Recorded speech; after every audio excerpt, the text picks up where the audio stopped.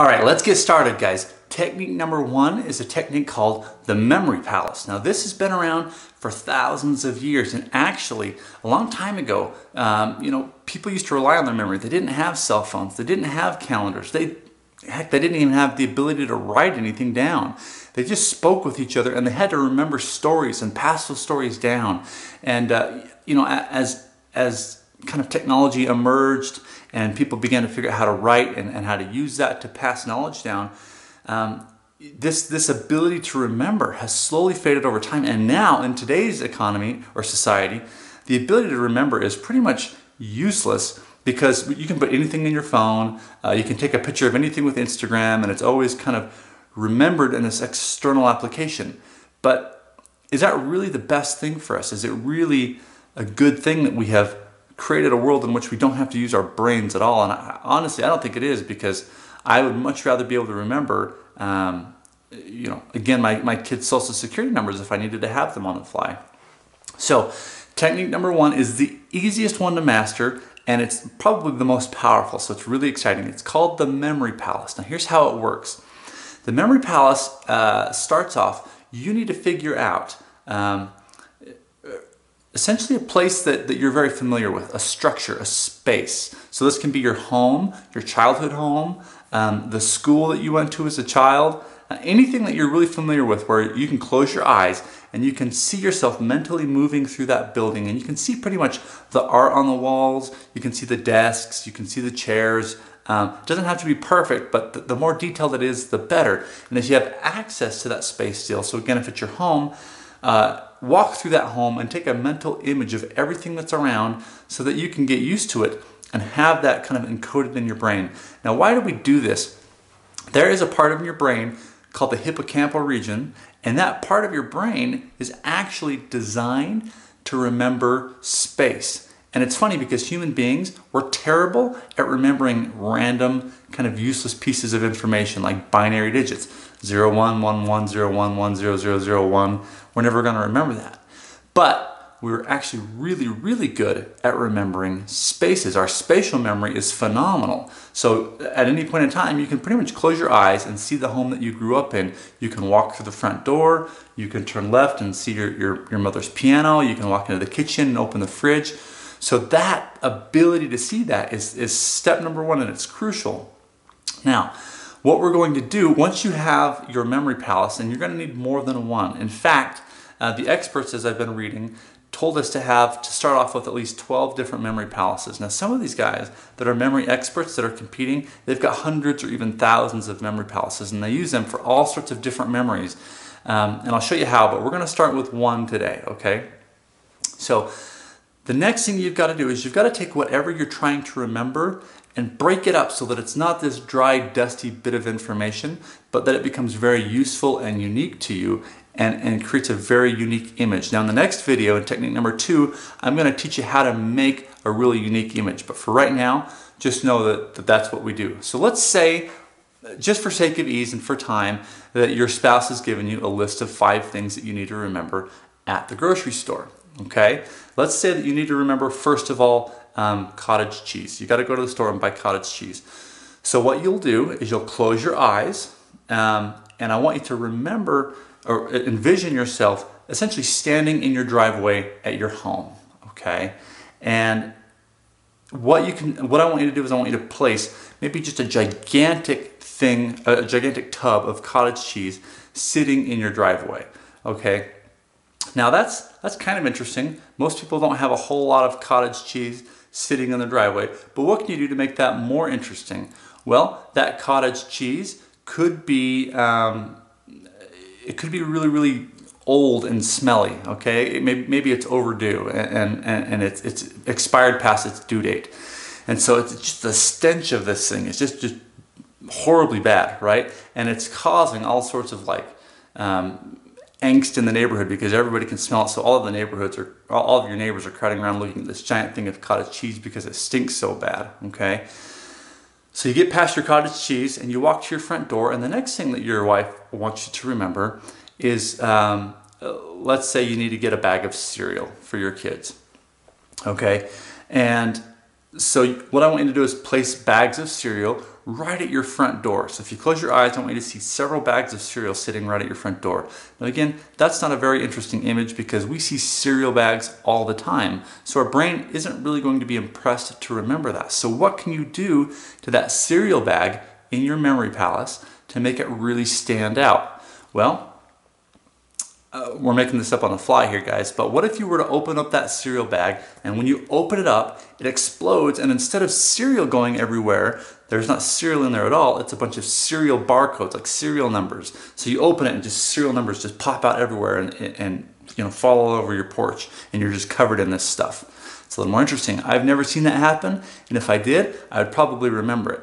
So next we're going to go into our front door, okay, and we're going to walk into our hallway, and we're standing in our entry. And the next thing our wife has asked us to remember is, let's say she needs us to get some bananas, okay? So you could put a big banana in your hallway, but again, banana is a very familiar term to us. It's pretty boring, and most people aren't going to remember just banana. So what can you do to make that more interesting to your brain? Let's say instead of just a banana sitting there, let's say you've got Frank Sinatra and he's singing into a banana, okay?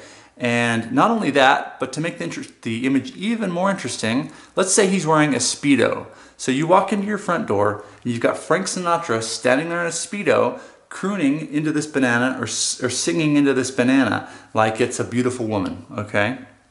I'm not going to forget that. That's pretty interesting. So as you walk past your entryway and you walk past Frank Sinatra and you're kind of freaked out by this guy who's singing into a banana, you walk into your living room, and the next thing that you're supposed to remember to buy is, I don't know, let's say a bag of cookies for the kids, all right? So let's put a big bag of cookies right on top of the television set, okay? Now, how do you make that more interesting? Let's say that instead of it just being a bag of cookies, that those cookies are essentially cooking in the package, like they're actually baking in the package, and they're getting so hot that the television is starting to melt. So the cookies are cooking, okay? So we're just playing with the word there a little bit, but the television is literally melting to the ground. And as you're watching your television melt to the ground and you're having a little bit of angst over this because you really wanted to watch that football game tonight or whatever, and now you can't because the cookies destroyed your television, you're really angry about that.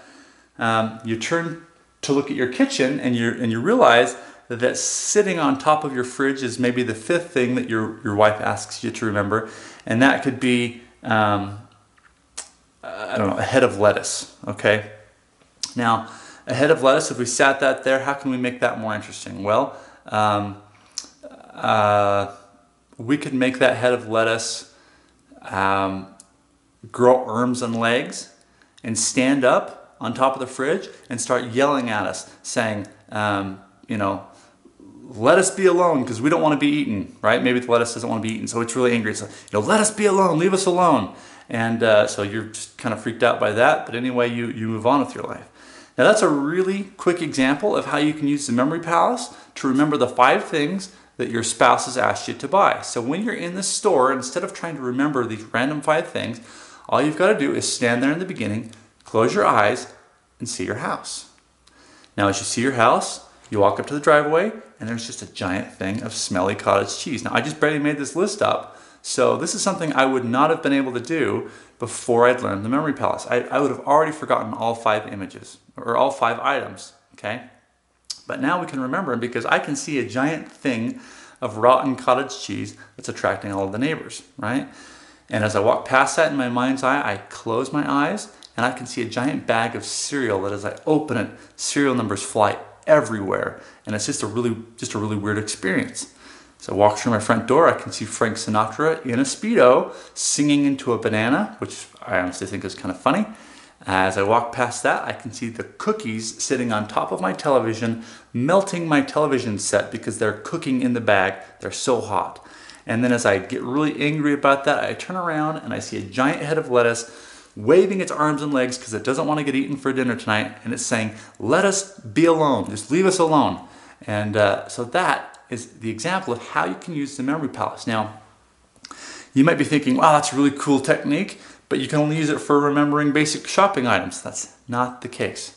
You can use Memory Palace to remember pretty much anything you want, okay? You can use it to remember huge random numbers, which we'll get into in a video down below.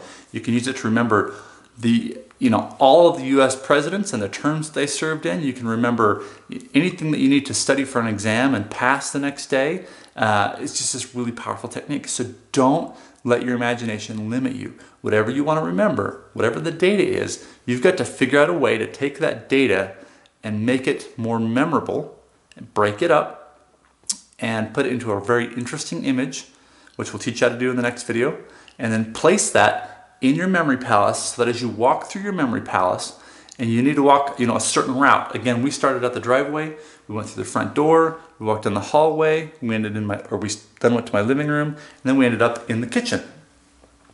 So you want to walk through this path, and as long as you walk the same path through the house, your brain, because it's so good at remembering spatial information and imagery, will see those images that you've planted in those spots and help you to remember them as long as the images are interesting enough. Again, if I just put cottage cheese or a bag of cereal, it would be a lot harder to remember it, but because we made those images interesting, I'm not going to forget it. So that's technique number 1, guys, the Memory Palace.